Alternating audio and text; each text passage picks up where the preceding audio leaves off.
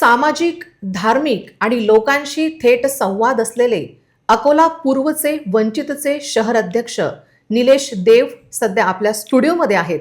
मी नेहा आरसीच्या स्टुडिओमध्ये आपलं खूप खूप स्वागत करते. आरसीच्या सर्व प्रेक्षकांचे मी पण स्वागत करतोय. सर, निवडणूक नसताना, नगरसेवक नसताना तुम्ही धुरंधर म्हणून रोज लोकांच्या कामात पडता. वैकुंठ रथ, ॲम्ब्युलन्स, शवपेटी, रुग्ण कल्याण उपक्रम बँक या माध्यमातून खरे लोकसेवक तुम्ही आहात. राजकारणात का यावे वाटले? या मुद्द्यावर येण्यापूर्वी मला तुम्हाला एक प्रश्न विचारायचा आहे की धनश्री ताईंचे निधन कसे झाले? त्यानंतर महापालिकेचे इलेक्शन का झाले नाही? धनश्रीताई असताना तुम्ही राजकारणात नव्हतात. कोविड काळात जनतेची मदत करताना धनश्रीला सेकंड लॉटमध्ये जो कोविड काळ आला होता त्याच्यात तिचा अंत झाला. 13 नोव्हेंबर 2020ला तिचा ओझोन हॉस्पिटलला सकाळी 6 वाजता मृत्यू झाला. तोपर्यंत मी राजकारणात नव्हतो. मी तोपर्यंत जिल्हा परिषदला होतो. साधारण ती तिचं काम सांभाळायची. मी तिच्या कामात कधी हस्तक्षेप नाही केला. ती राजकारणात एक मोठी धुरंधर होती. तिच्या एवढी धुरंधर आज कोणी नाही. तिने जे काम छवी केली आहे ती आज जनतेच्या मनात आजही आहे. व तिच्या स्मृतिप्रित्यर्थ आम्ही हे सगळे उपक्रम चालू केलेले आहेत. म्हणजे वैकुंठ सेवा, ॲम्ब्युलन्स सेवा, उपकरण बँक, म्हणजे उपकरण बँकेच्या माध्यमातून अकोल्यातील रोज 3 लोकांना किंवा 4 लोकांना बेड, ऑक्सिजन मशीन, व्हीलचेअर, संडास चेअर, नंतर मग मेडिकल उपकरण कोणची असो हे आम्ही उपलब्ध करतोय. आणि अकोल्यातील पहिला व्यक्ती जो असेल त्याच्याकडे हे सगळं एका ठिकाणी उपलब्ध आहे. असे व्यासपीठ हे आमचं ऑफिस आहे. धनश्रीताई प्रभाग सांभाळायच्या का? तुम्ही त्यांच्या राजकारणात मदत करत होतात का? ती लॉ LLM होती. ती स्वतःचा प्रभाग स्वतः सांभाळायची. तेव्हा मी नोकरीला होतो.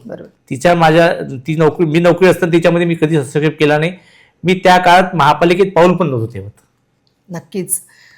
ब्राह्मण असून वंचितने तुमच्यावर विश्वास कसा व्यक्त केला?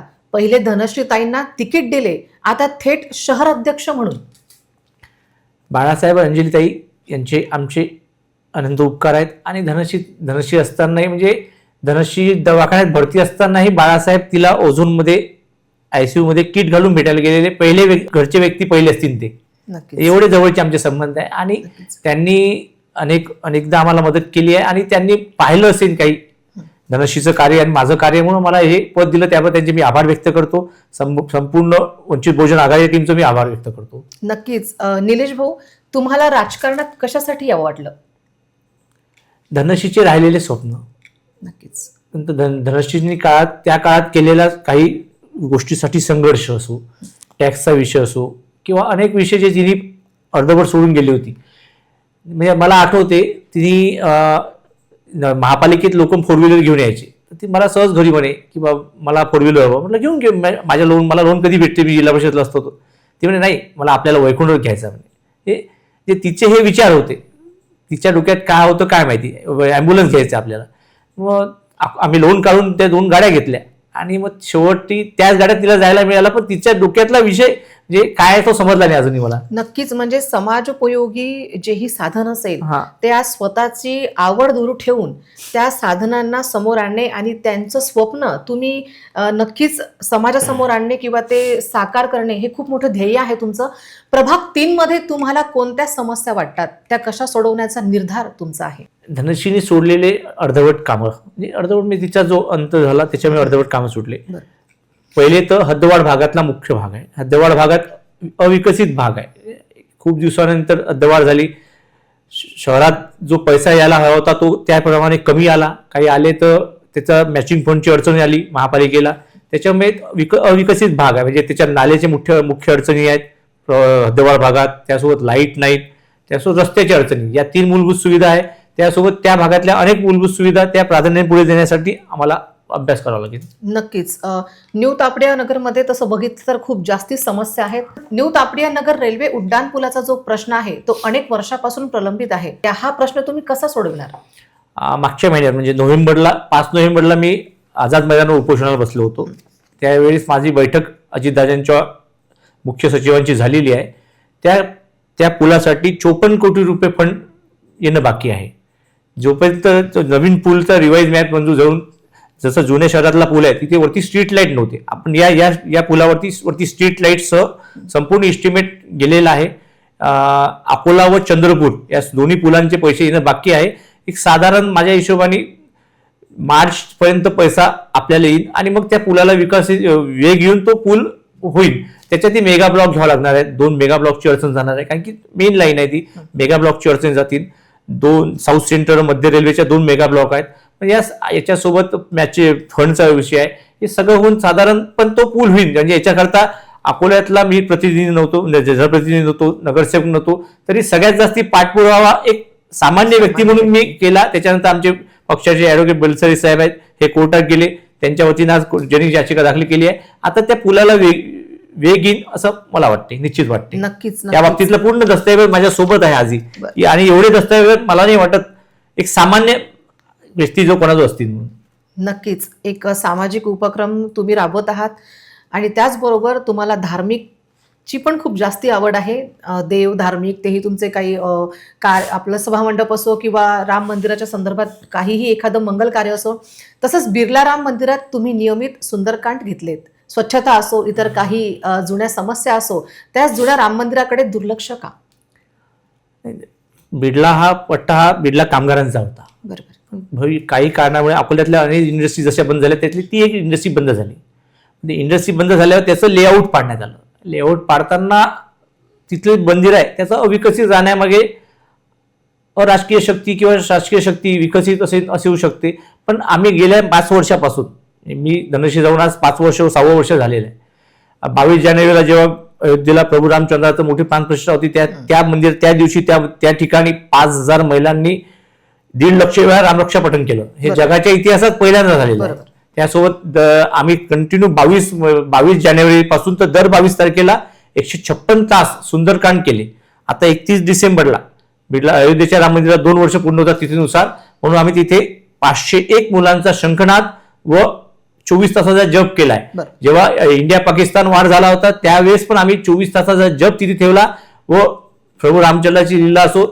आमचा जप सुरू असताना रात्री 8 वाजता सीजफायर झाला आणि युद्ध थांबलं होतं. हे प्रभू रामचंद्राचीच देण आहे. नक्कीच. नेमकंच धनश्रीताईंनी वाढवलेल्या टॅक्सवर आंदोलन केले होते. पक्ष म्हणून तुम्ही अकोलेकरांना काय आश्वासन द्याल? त्याशी बाळासाहेबांनी पक्षाच्या पत्रकार परिषदेत सांगितलं की अमरावती नागपूर त्यापेक्षा जास्ती कर अकोल्याचा आहे. तो आमची भूमिकाचीच आहे जी पहिली 2017ला होता. 3/5/2017चा जो इनलिगल ठराव आहे तो रद्द करून पूर्वीप्रमाणे त्यांना कर लागवीन. कोणताही कर त्यांना लादला जाणार नाही. नक्कीच. पण आता सामाजिक जे किंवा खूपच मिडल क्लासचे जे लोक आहेत त्यांना कर वसूल म्हणा, हा मुद्दा जो आहे हा खूप खेचला जातो आणि काही लोकांना ते कर वसुली पण देणं शक्य होत नाही. तसंच आहेत कचरा घंटागाडीचे पैसे वाढले आहे, ते कमी कसे होतील? मी आता मध्ये आयुक्तांना पत्र दिलं होतं. आता 1-1.5 महिने आधी 2 महिने आधी पत्र दिलं आहे. अकोला फक्त ही वसुली आहे, बाकी कोणत्याही महापालिकेची अशी वसुली नाही आहे. बरोबर. आणि धार्मिक स्थळांना तर वसुली कुठेच नाही आहे, शाळेने वसुली कुठे नाही आहे. तर याच्यावर आपण जो 30 रुपये काढला आहे याच्यावरती एक आपला महासभेत ठराव घेऊन आपण तो स्वच्छता करतच लावून आपण आता 50 झालेला आहे. हो, तो 30चा जो 50 झालाय तो आपण महासभेत ठराव घेऊन आपण तो स्वच्छता करात लावून वेगळ्या कर वसुली करण्याकरता विरोध करू. अच्छा. आमची भूमिका ती असणार. ते 30 रुपयाचे रद्द होतील व स्वच्छता करायला कर लागेल. नक्कीच. अकोला पूर्वचे असल्यामुळे माझा मेन मुद्दा वळणार आहे हा न्यू तापडियाकडेच वळणार आहे, कारण की तिथेच रखडलेले कामं जास्ती भरपूर आहेत. तर न्यू तापडिया नगर विकासाचा काय ब्लू प्रिंट असेल किंवा काय प्लॅन आहे? न्यू तापडिया असो, पंचशील नगर असो, दुबेवाडी असो, निर्मल नगर असो, दम्मानी असो, खरप असो, या भागातले मुख्य काम आहे पहिले नाल्यांची. बरोबर. ते नाल्यांचे विकसित करावं लागणार आहे. बरोबर. जिथे जो पण तिथे नाल्यांची समस्या दूर होणार नाही. आता आज जो पूल उतरलेला आहे, जो लँडिंग होणार आहे, पहिले काय असायचं, लँडिंगच्या पहिले ते पाणी जे यायचं रेल्वेचं ते पूर्ण पाणी असं आमचं दुकान आहे तिथपर्यंत यायचं, म्हणजे दुबेवाडीच्या रोड पर्यंत यायचं. आज त्या लँडिंगमुळे ते पाणी बंद झालेलं आहे व अचानक पाऊस आला तर पुलाच्या खाली आज एक गाडीभर पाणी जमा होते. याचा मेगा प्लॅन असा आहे की असा असणार आहे की तिथे रेल्वेचं हॉस्पिटल होते, आता होणार भविष्यात रेल्वेचं हॉस्पिटल सुरू आहे. तर ती तिथून नाली काढून पहिले नाली काढायला लागेल, ती मोठी मेन नाल्याला मिळवा लागणार आहे. संत कबीर नगरच्या मेन नाल्याला मिळवा लागणार आहे. आणि संत कबीर नगरचा मेन नाला पण आपल्याला दुसरीकडे वरती करणार आहे, त्यांच्या घरात पाणी जाते. संत कबीर नगर अशी परिस्थिती आहे की पाऊस झाला की पाऊस येतो. हा जो पूर्ण पट्टा आहे या भागात सध्या जमिनीखालचा खालचा भाग असल्याने पाणी खूप जमा होते. तर याचा डीपीआर करताना, भूमिगतचा डीपीआर करताना त्या लेवलने विचार करून डीपीआर करून घेणं हा पहिली प्राथमिकता आहे. त्या भागात पाणीची समस्या भविष्यात वाढणार आहे. जेव्हा जिथे टाकी बांधली होती अकोट फाईलला आपण धनश्री असताना सभागृहाने मंजूर केल्यानंतर, तेव्हा त्या लोकसंख्येच्या हिशोबाने बांधली होती. ती नवीन टाकी आता न्यू तापरे नगरमध्ये आपण भविष्यात आणायची आहे डीपीआर अमृतच्या 2 डीपीआर मध्ये. नंतर या भागात एक वर्दळीचा भाग असल्याने या भागाचा महत्वाचं आहे पोलीस चौकी. बरोबर. कारण की आता भविष्यात जेव्हा पूल होईल तेव्हा इथून पोलीस चौकीचा विषय खूप गंभीर असणार आहे. यावर मी मुख्यमंत्र्यांना पत्र दिलेलं आहे, SP साहेबांनी भेटलेलं आहे. सध्या तिथे 10 बाय 10च्या एका कोपऱ्यात चौकी चालू आहे असं सिव्हिलियन पोलिसांनी मला कळवलं आहे, पण ते काही कामाचे नाहीये. आज तिकडच्या भागात वाढलेला जी हद्दवाढ भाग आहे नक्कीच त्या भागात पोलीस चौकी असणे पोलीस चौकी आवश्यकता आहे. त्यामुळे पहिली प्राधान्य महिला सुरक्षा, दुसरी प्राधान्य पूल पूर्ण करणे, तिसरी प्राधान्य नाल्या, रस्ते आणि मग पाणी, मूलभूत पाणी, या मूलभूत सुविधा करणं आपलं कर्तव्य आहे आणि नागरिकांना तेच हवं आहे. त्याकरता आम्ही पुढे जाऊ. नक्कीच. जठारपेठमध्ये अनियमित पाणी पुरवठ्याची समस्या आहे, तुम्ही कशा प्रकारे त्या सोडवणार आहात? आताच तुम्ही नक्कीच सांगितलं की पाण्याचा प्रश्न तुम्ही नक्कीच सोडवणार आहात. तर हा झाला सर्वसामान्याचा प्रश्न. सर, दुबेवाडी आणि चिखलपुरा या भागात तुम्ही दिसलेच नाही असे लोक म्हणतात. 2020ला धनश्रीचे निधन झाले तेव्हा मी जिल्हा परिषदमध्ये नोकरीला लागलो. त्याच्यानंतर मी 2023ला राजीनामा दिला. एखाद्या व्यक्ती जेव्हा जिल्हा परिषदेला नोकरीला असतो तेव्हा तो हा नगरसेवक नसतो. काही लोकांनी अपप्रचार केलाय की हे नगरसेवक आहे. माझ्या पत्नीच्या धनश्रीच्या निधनानंतर ती जागा रिक्त होती व तिथे कधीही इलेक्शन झाले नाही. अशा वेळेस मी नगरसेवक नसताना त्या भागात जाऊन विकास कामं कसं करू शकणार आहे? एक कर्मचारी कधी विकास कामं करू शकत नाही. पण हे काही नेगेटिव्ह फेस करायला गेले काही लोक, पण ते त्यात फसणार आहे, कारण की असे चुकीचे उत्तर प्रचार करून त्यांना काही यश मिळणार नाही. नक्कीच. आदिवासी भागात तुम्ही 5 वर्षापासून दिवाळी साजरी करता, नेमकी काय संकल्पना आहे ही? 2020ला जेव्हा धनश्री गेली त्या दिवशी धनतेरस म्हणजे दिवाळीचा दिवस होता. त्यानिमित्त त्या दिवशी आम्हाला वाटलं की आता दिवाळी आपल्याला काय करायची, म्हणून आम्ही तेव्हापासून दरवर्षी 500 कुटुंबांसोबत दिवाळी साजरी करतो. आमची संकल्पना अशी असते, लोकांकडून आम्ही मागणी करतो, जुने कपडे नवीन कपडे द्या.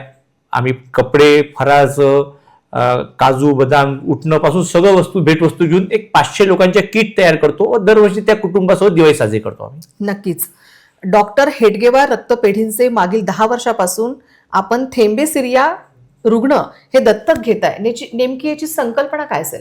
आमच्या हाकेवर असलेल्या हेडगेवार रक्तपेढीला अनेक रुग्ण आज परिस्थिती पाहतोय आम्ही. म्हणजे साधारण हेडगेवार रक्तपेढी थोंबडे काका असल्यापासून तर त्याच्या पूर्वीपासून आम्ही पाहतोय. तिथे हाकेला अंतरावर असलेली आमची रक्तपेढी आहे. तिथे काही काम पडलं तर आम्हाला अनेकदा रात्री 2-2 वाजता रक्त द्यायचं काम पडलंय. तेव्हा तिथे 60 ते 70 असे रुग्ण आहेत ते थेमेसिरिया ज्यांना दर महिन्याला रक्त द्यावं लागते. तर त्याकरता आम्ही पुढाकार घेऊन अकोला शहरातल्या लोकांना आव्हान करतो, रद्दी द्या, आणि रद्दीद्वारे आम्ही ते दत्तक घेतो. हे मागील 10 वर्षापासून आम्ही संकल्पना सुरू आहे. यासोबत आम्ही अजितदादा ऊर्जा मिनिस्टर असताना चर्चा सुरू असताना या बाबतीत रक्तपेढी चर्चा सुरू असताना त्यांना कमर्शियल इलेक्ट्रिक बिल येत होतं.